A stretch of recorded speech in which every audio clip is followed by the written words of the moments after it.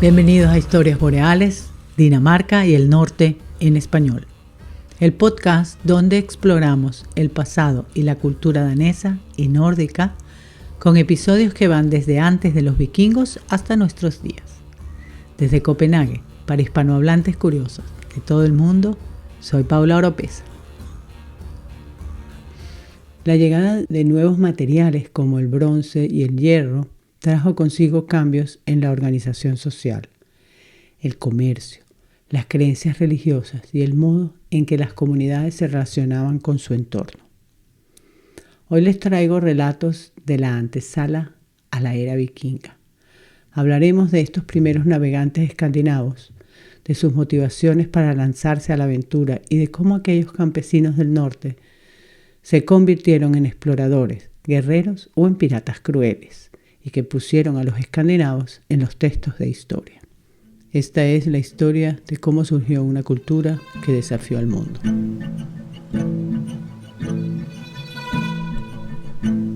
En el siglo IV a.C., el explorador griego Piteas de Masalia mencionó una tierra lejana llamada Thule, que estaba situada en el extremo norte del mundo conocido. Aunque su ubicación exacta sigue siendo un misterio, pudo referirse a Noruega, Islandia o a las islas Shetland. Siglos después, en el siglo I después de Cristo, el historiador romano Plinio el Viejo escribió sobre los Hilebiones, un pueblo que según sus fuentes habitaba una isla llamada Escandinavia, una de las primeras menciones a lo que hoy conocemos como Escandinavia. También Tácito describió a los suones en su obra Germania, señalándolos como un pueblo poderoso con una fuerte tradición marítima. Esto fue en el año 98 después de Cristo. En el siglo VI, el historiador Godo Jordanes mencionó a los daneses y a los suecos en su obra Gética, Origen de los Godos. Describe allí a los daneses como un pueblo que había desplazado a otros grupos de la región. Estos escritos, aunque fragmentados y basados en observaciones externas, nos ofrecen las primeras referencias a los pueblos escandinavos, antes de que ellos mismos comenzaran a registrar su historia.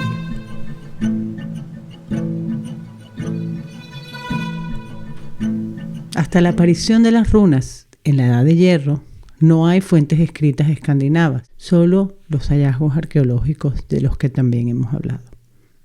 De la época vikinga contamos con las piedras rúnicas y las fuentes extranjeras, principales para construir o reconstruir la historia de esta zona. Son las crónicas francas, anglosajonas y árabes. Por ejemplo, las crónicas francas mencionan por primera vez a Dinamarca como un reino, no el actual, pero un reino al sur de Jutlandia en el año 777. Las fuentes escritas escandinavas como las sagas, que son las que narran las hazañas de muchos de los personajes vikingos, fueron recopiladas siglos después, en la Edad Media.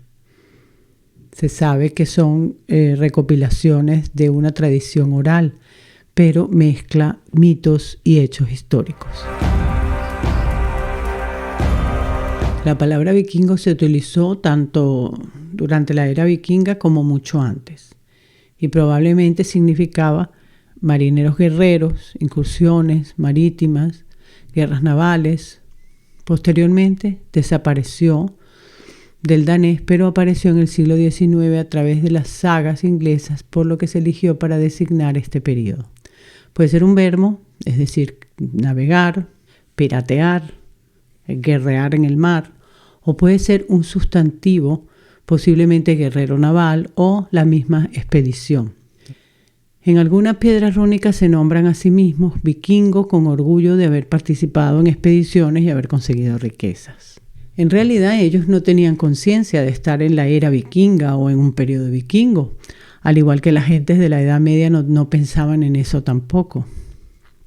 En las crónicas de la época, los ingleses los conocían como normandos, hombres del norte, Dena o daneses, Svea, Svena, por suecos. Bueno, cuando decimos daneses, suecos, es porque se supone son tribus y venían de ciertas zonas. También los llamaban paganos. Los árabes los llamaban majús, los bizantinos varegos, entre otras denominaciones. Lordemandos en Asturias. Estos hombres no solo fueron guerreros saqueadores, sino que también fueron comerciantes, fueron exploradores y se asentaron en algunos lugares. Sus viajes tenían rutas. Las occidentales iban hacia el Atlántico, las islas británicas, las islas del norte, luego Groenlandia, el Atlántico norte, ¿no? El norte de Francia también. Después las meridionales, que viajaban hacia las penínsulas ibéricas, Italia, Sicilia, Oriente Próximo. Y las de Europa del Este, que bajan hacia la parte del Rus de Kiev, Constantinopla también, Bizancio. En fin, que lo que nosotros llamamos vikingos fue en realidad un popurrí de gentes étnicamente heterogéneas, con una lengua, religión y culturas similares, pero que con el tiempo podrían haber sido de procedencia danesa, noruega, sueca, pero también irlandesa, islandesa, groenlandesa, normanda, etc. Y quizás estarían emparentados a su vez con gentes celtas, eslavas, anglosajonas, francas o finlandesas.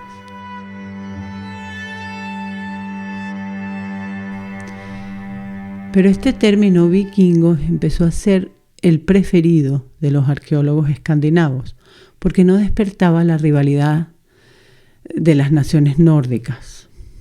Estas referencias estaban más vinculadas al tema central de las fuentes de este periodo, las guerras, las incursiones, el pirateo que hacían estos reyes o magnates del mar, y menos sobre las guerras entre los reinos. Los historiadores europeos usaron la palabra vikingos indistintamente para hablar de noruegos y daneses. Y fue allí en el siglo XIX cuando se empezó a usar el término era vikinga. Y fue para describir este periodo de cambios y expansión en la historia escandinava. Se introdujo también como un término técnico para los siglos que no podía decirse que pertenecieran a la antigüedad bíblica y pagana, que los arqueólogos habían dividido recientemente en una edad de piedra, bronce y hierro, o a la Edad Media, que los historiadores de la época asociaron con la época de la Iglesia Católica. Esta imagen de vikingos unificada como guerreros temibles, saqueadores, se formó en el siglo XIX. ¿Qué haces cuando pierdes una guerra tras otra? Era necesaria una historia nacional común en torno a la cual unirse y sentirse orgullosos.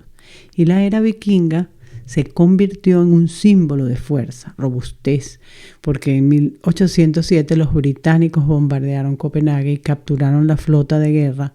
En 1814 Noruega pasó a estar bajo Suecia en lugar de Dinamarca, y después en 1864 se pierde Schleswig-Holstein, se ceden a Alemania. Dinamarca se sentía que estaba de rodillas.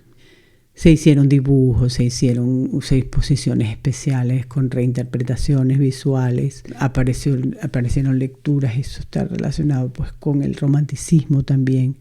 En Noruega y en Suecia habían procesos similares. Estábamos creando también los estados-nación con nuevas constituciones, etcétera. Pero eso es algo que lo veremos más adelante.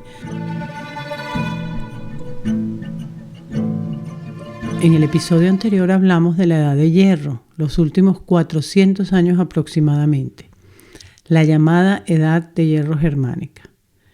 En Suecia le llaman Edad de Vendel, del 400 al 800 después de Cristo.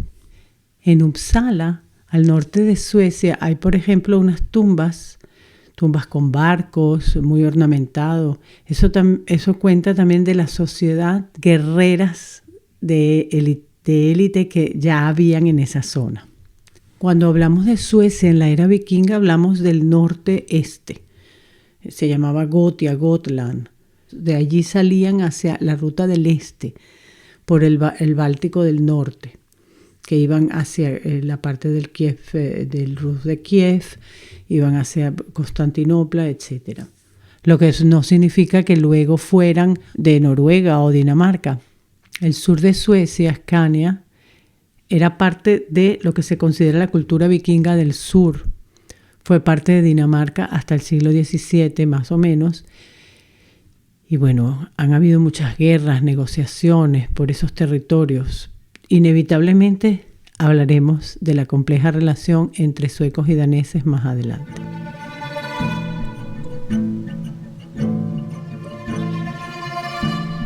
Mientras el Imperio Romano colapsa en el siglo V después de Cristo, Escandinavia experimentaba cambios que marcarían el camino hacia la era vikinga.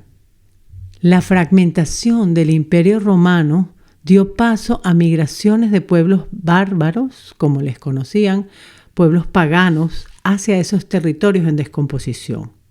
Y se van formando los reinos germánicos, que se expanden y que posteriormente sientan las bases de las futuras naciones europeas.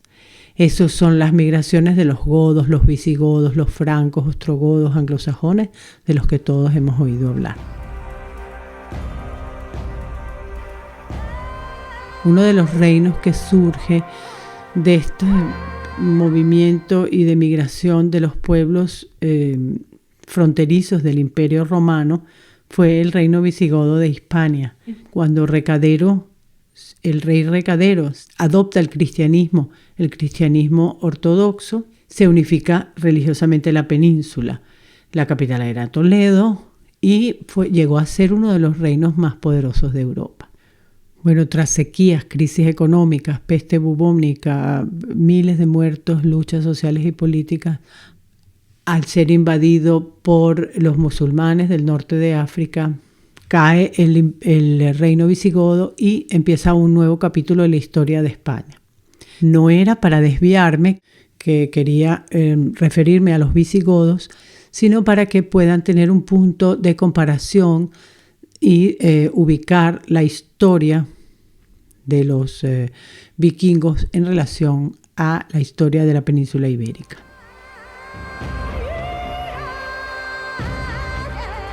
Era un mundo en transformación.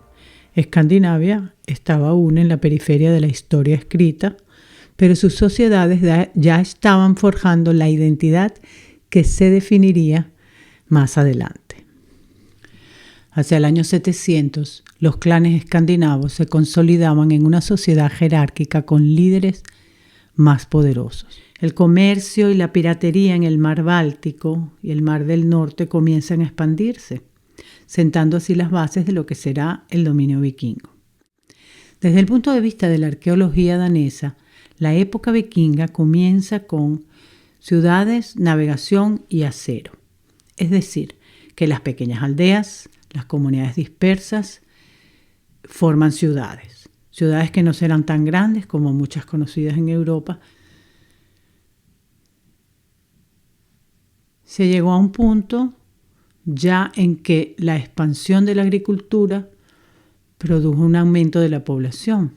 En general, la sociedad era predominantemente agrícola y ya en el siglo VIII y IX vivían de la agricultura intensiva, que estaba organizada en torno a granjas y pequeños asentamientos ya más grandes. Campos internos que eran para cultivar. Se sabe incluso que fertilizaban con estiércol y tenían áreas de pastoreo que eran los campos externos. La esperanza de vida era de 35-40 años y la mortalidad infantil era muy alta. Con el tiempo mejoran las condiciones de vida y hay un aumento de la supervivencia infantil de la población. El excedente de población genera también mano de obra que se puede dedicar a otras actividades, que no solo son la agricultura y la supervivencia del día a día. Había una diversificación del trabajo en la Edad de Hierro, pero se hace más evidente en las sociedades vikingas. Las ciudades más importantes, Ribe y Hedeby. Luego se construyeron Aarhus, Odense, Roskilde y Lund. La ciudad de Hedeby, que era en ese momento uno de los centros comerciales más grandes, que hoy en día es el norte de Alemania. Se sabe por la arqueología la cantidad de profesiones y de diversidad que había. Había zapateros, había herreros, había distintas clases sociales. Las embarcaciones sencillas que se usaron como medios de transporte principalmente fluvial y en las aguas costeras en la Edad del Hierro, no solo crecieron en tamaño, sino que se les añadieron velas. Esta innovación transformó la manera en que los escandinavos interactuaban con el mundo.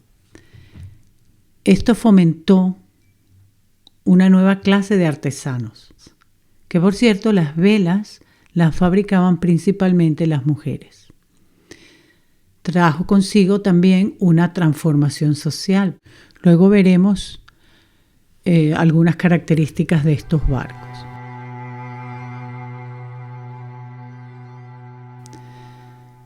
El tercer factor decisivo para hablar de una sociedad vikinga, según los arqueólogos, es también el uso del acero.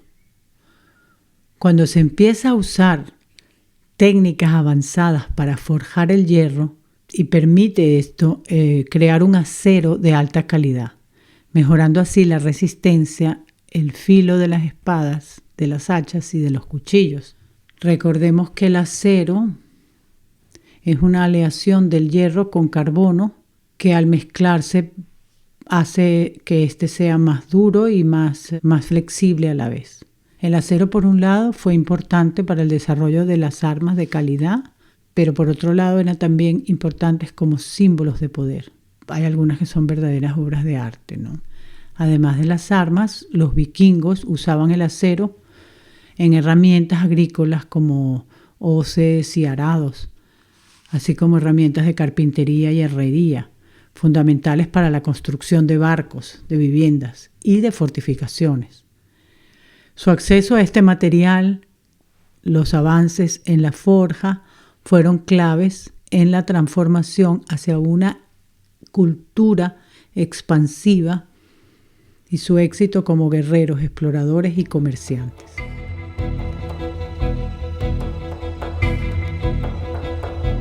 La curiosidad de este episodio son los cuernos de oro, en parte porque son únicos y en parte porque su destino ha sido muy dramático.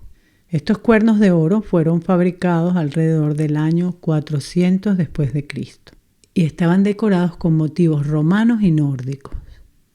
Hemos hablado ya de todas estas figuras que aparecían en distintos objetos del panteón de dioses vikingos o nórdicos, y que estaban inspirados en lo romano.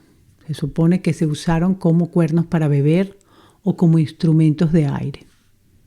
Y son casi de 7 kilos de oro. El cuerno, hay uno que es más largo, que se encontró en 1639, casi 100 años después, no muy lejos, se encontró uno más corto. Ambos cuernos fueron robados y fundidos en 1802. Pero con dibujos que se habían hecho, se reconstruyó un conjunto, o sea, el conjunto de los dos. Se despertó la discusión sobre las imprecisiones en la reconstrucción en la década de 1940. Por eso se crearon unas nuevas copias de oro también en 1945. Pero en 1979 se trabajó con el joyero real Uwe Trauste y el Museo Nacional para crear unos cuernos nuevos. El dinero se recaudó de empresas danesas bajo el liderazgo de un señor llamado Simon Spies. Spies también quiso hacer un par para él, que también tenían que ser, por supuesto, de oro, que las pagó él. Entonces, las reconstrucciones del Museo Nacional fueron robadas en el año 2007 en Baile, durante una exposición que se hizo especial en una zona que se llama la zona real de Jelling, de la que hablaremos más adelante porque está relacionado con los vikingos. Por suerte, a los ladrones los detuvieron y los cuernos fueron devueltos al Museo Nacional donde están. Simon Spies era un empresario muy extravagante y conocido como el rey danés de los viajes. Tenía una agencia de viajes que se desarrolló y que aprovechó el mercado que hubo, pero además fue el que por primera vez organizó viajes en autobús y en ferry a Mallorca desde Dinamarca. Les invito a suscribirse, visitar nuestras redes, comentar, darle al me gusta y compartir. ¿Quiénes fueron los primeros vikingos? ¿Por qué empezaron a navegar y a atacar? ¿Qué pasó en Escandinavia antes de que comenzaran las grandes expediciones? Hoy viajamos al origen de una de las culturas más fascinantes de la historia europea. A finales del siglo VIII, Europa estaba dividida entre los reinos cristianos del sur y los pueblos paganos del norte, entre los que estaban los daneses. Esta tensión entre el mundo cristiano y el mundo pagano define esta época.